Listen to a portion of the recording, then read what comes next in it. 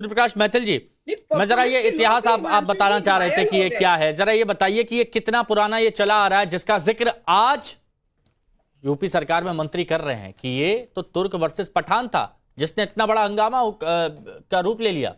देखिए, पहले तो पूरे देश को भारत माता की जय और वंदे मातरम। और मैं ये कहना चाहता हूँ आज 26/11 भी है, तो जो हमारे संविधान दिवस भी, और साथ में आज हमारे देश के अंदर ही हमारे मुंबई के अंदर जो अटैक हुआ था उसमें जो हमारे भाई लोग मारे गए थे उनकी आत्माओं को आज शांति मिले, ऐसा मैं उनके लिए नमन करता हूं।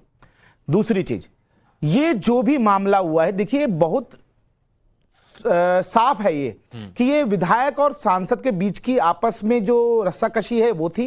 कुंदर की विधानसभा का जो रिजल्ट आया था उसके अंदर कहीं ना कहीं इस बात का जो है मैं ये कहूं विश्वास था समाजवादी पार्टी के सांसद को कि ये जो विधायक है उन्होंने वहां पे समर्थन किया भाजपा के उम्मीदवार का।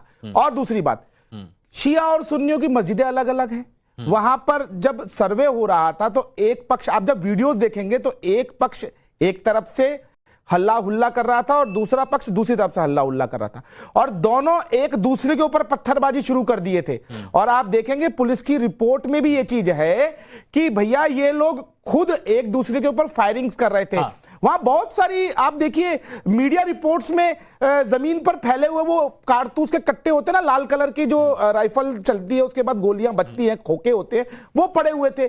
तो ये आपस की जो इनकी दुश्मनी थी वही दंगे का रूप इन्होंने ले लिया। और समाजवादी पार्टी के जो सुप्रीमो हैं अखिलेश यादव जी, उनको बहुत अच्छे से पता है कि आखिर संभल में क्या हुआ, संभल में पहले क्या हो रहा था, आज क्या हुआ और अब आगे आने वाले समय में क्या होगा। इसीलिए उन्होंने गुप्त रूप से एक प्रतिनिधि मंडल भी भेजा है अपने सांसद और विधायक दोनों को मनाने के लिए कि भाई तुम क्या कर रहे हो, और साथ ही साथ प्रशासन के ऊपर इन्होंने आरोप लगाया। वो पीड़ितों से मिलने के लिए नहीं है जो डेलीगेशन गया। ना ना ना ना ना, वो राजनीतिक जो आग जल रही है उसको ठंडा करने के लिए है विधायक और सांसद के बीच में। और एक महत्वपूर्ण बात, अरे पीड़ितों के अंदर तो पुलिस वाले भाई भी आते हैं जिनके सर फटे हैं, 25-25 और 28-28 टाके लगे हैं, सारी पुलिस की गाड़ियां जला दी गई। तो उनसे भी मिलना चाहिए था। यदि ऐसी बात थी पीड़ितों से मिलना था तो केवल और केवल वहां जाकर सांसद और विधायक के बीच में जो बैठक करके वहां पर जो आग लगी हुई है उसको ठंडा करने की कोशिश कर रहे हैं। लेकिन हिमांशु भाई एक बात है, बहुत गलत बात है, यह बहुत गलत बात है कि आप लोगों का मजहबी मामला था, आप लोग शिया और सुन्नी एक दूसरे को गला काटने के लिए हमेशा तैयार रहते हो। आपने प्रशासन को व्यवस्था को खराब किया और साथ में इंटरनेशनली क्या मैसेज भेजा कि पुलिस ने फायरिंग की। ठीक है, ये आपकी बात हो गई। अब यहीं पर बिल्कुल क्लियर करवा लेते हैं। सैयद जव्वाद जी हमारे साथ में है, राजनीतिक विश्लेषक है। जव्वाद भाई जरा बताइए कि ये मुद्दा यहां पर उठ रहा है कि पर्सनल लड़ाई थी और पर्सनल लड़ाई के चक्कर में इतना सब कुछ हंगामा यहां पर कर लिया गया। जी बहुत बहुत शुक्रिया आपका हिमांशु भाई वक्त देने के लिए। आपको और आपके सभी दर्शकों को मेरा जय हिंद, जय संविधान। देखिए क्या है, अब सरकार जो है अपनी कमियों का जो मलौदा है वो इस बुनियाद पर जो है फेंकना चाहती है कि उसकी कोई भी गलती नहीं है, और इसको दूसरा जो है अब ट्विस्ट दिया जाएगा, अपनी कमियां बताई नहीं जाएंगी। उत्तर प्रदेश की सरकार लगातार दंगा रोकने में, और यहां तो जंगल राज उत्तर प्रदेश में चल ही रहा है। बहराइच हिंसा के अंदर आपने देखा था क्या हुआ, भाजपा विधायक ने अपने ही कार्यकर्ताओं के खिलाफ एफआईआर दर्ज करवाई। खूब बहराइच आपने चलाया, आज बहराइच का जिक्र नहीं करते हैं। कौन लोग निकले बहराइच के अंदर, यही लोग भाजपा के लोग निकले, और खुद वहां के मौजूदा विधायक ने ही एफआईआर दर्ज करवाई। वो आप आ रहा हूं, संभल का जो वाकया हुआ है वो भी इसी तरीके से हुआ है। और उसके पीछे जब एक बार हिमांशु भाई सर्वे हुआ, कोई आपत्ति नहीं, सर्वे और भी मस्जिदों के हुए, कोई आपत्ति नहीं, कोई विवाद नहीं, एक संवैधानिक लड़ाई है। दोबारा सुबह सुबह तड़के तड़के जो है आप करने पहुंच जाते हैं, और पुलिस प्रशासन का इंटेलिजेंस फेलियर कुछ भी नहीं होगा, कोई जिम्मेदारी नहीं होगी। आप कहीं जा रहे हैं, ये बार बार कहा गया, थोड़ा सा क्लियरिटी बहुत जरूरी है। देखिए जब यहां पर डिस्कशन होता है तो क्लियरिटी मैं चाहता हूं कि सबको हो जाए। मनोज काका जी, और थोड़ा सा रुकिएगा आप सब लोग, मैं आ रहा हूं। आपने कहा कि सुबह सर्वे क्यों हुआ, विष्णु शंकर जैन से बात हुई, वहां अधिकारियों से बात हुई और सर्वे टीम में जब हिंदू पक्ष और मुस्लिम पक्ष दोनों थे तो वहां ये पहले ही क्लियरिटी हो गई थी कि अंधेरा हो चुका है, बहुत सारा नहीं हो पाया है, तो रोशनी में करना है, ये पहले ही क्लियरिटी हो गई थी। ये दूसरा सर्वे की, अब आगे बताइए। अब अगर सर्वे दूसरा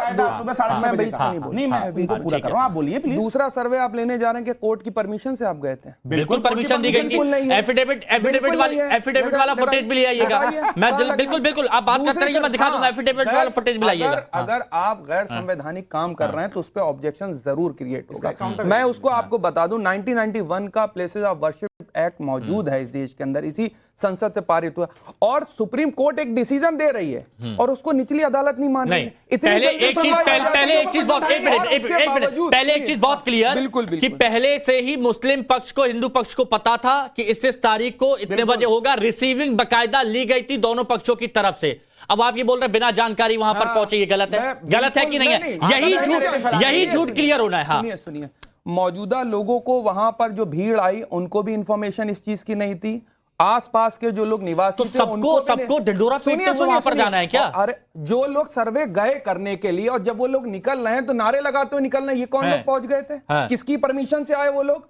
अरे अगर यही आप जो है अपना दलील रखना है तो आप बताइए जो लोग, और अच्छा दो ही लोग हैं, एक विष्णु शंकर जैन, हरिशंकर जैन, दो ही लोग। ये तस्वीर देखिए जो आप कह रहे हैं ना, ये एफिडेविट, ये रिसीविंग है, नीचे आप जो देख रहे हैं ना, ये सारी रिसीविंग ली गई है। ये बकायदा बताया गया है कि इस तारीख को इतने बजे यहां पर होगा। तो आप बताइए, आप बोल रहे थे कि नहीं हुआ। हम आपको ये कह रहे हैं जिस तरीके से कार्रवाई हुई उस कार्रवाई के बारे में बता रहा हूं। और जो लोग, एक बात और बताइए, ये जो आरोप लग रहे हैं कि ये तो आपस की लड़ाई थी, ये इसका कुछ बिल्कुल गलत है। सरकार अपना जो है कमी को छुपाना चाह रही है, सरकार का निकम्मा छुपाना चाह रही है। ओके ठीक है, तो मणिपुर की लड़ाई है, मणिपुर में जो इनका मजहबी जो है ना, ये मजहबी मतभेद है वहां पर। ओके, और वो मैं आपको बता दूं, सुन्नियों की मस्जिद है। नहीं, आपने देखिए, आपने एक पॉइंट उठाया, वो सुन्नियों की मस्जिद है, जामा मस्जिद जो है, आपने जो पॉइंट उठाया, ओके अच्छा देखिए, क्लियरिटी देखिए, वो क्लियरिटी हुई। आपने जो 2 पॉइंट उठाया उसकी क्लियरिटी हुई। अब जरा मैं यहां पर जान लेता हूं, हमारे साथ में जो अगले मेहमान यहां पर हैं, बताइएगा कासमी साहब जो हमारे साथ में जुड़े हुए हैं, मुफ्ती शमून कासमी साहब। मुफ्ती शमून कासमी साहब, ये तुर्क वर्सेस पठान का मामला सामने आ रहा है, क्या आपको भी लगता है ये आपसी मतभेद का मामला हो सकता है? क्योंकि जो डीएम थे वो खुद कह रहे हैं, जिलाधिकारी, कि आपस में पथराव किया जा रहा था, आपस में फायरिंग की जा रही थी। हाँ, ये दुर्भाग्यपूर्ण है। सबसे पहले तो मेरी संवेदनाएं जो हैं उन परिवारों के साथ हैं जो इनके षड्यंत्र का शिकार हो गए। और अभी जो विधायक के पुत्र बोल रहे थे वो तो स्वयं स्वीकार कर रहे थे, बिल्कुल वो स्वीकार कर रहे थे और ये कह रहे थे कि हम तो कलमे के शरीक हैं, जो मरने वाले वो भी तो आपके कलमे के शरीक थे।